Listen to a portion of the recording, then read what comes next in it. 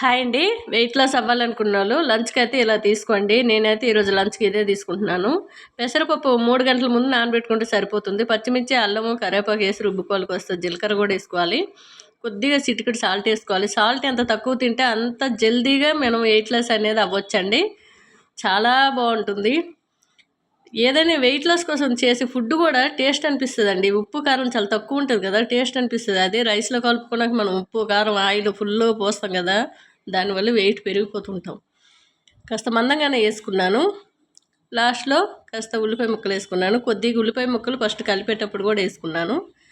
పైన సోంపు వేసుకోండి, చాలా టేస్ట్గా ఉంటుంది.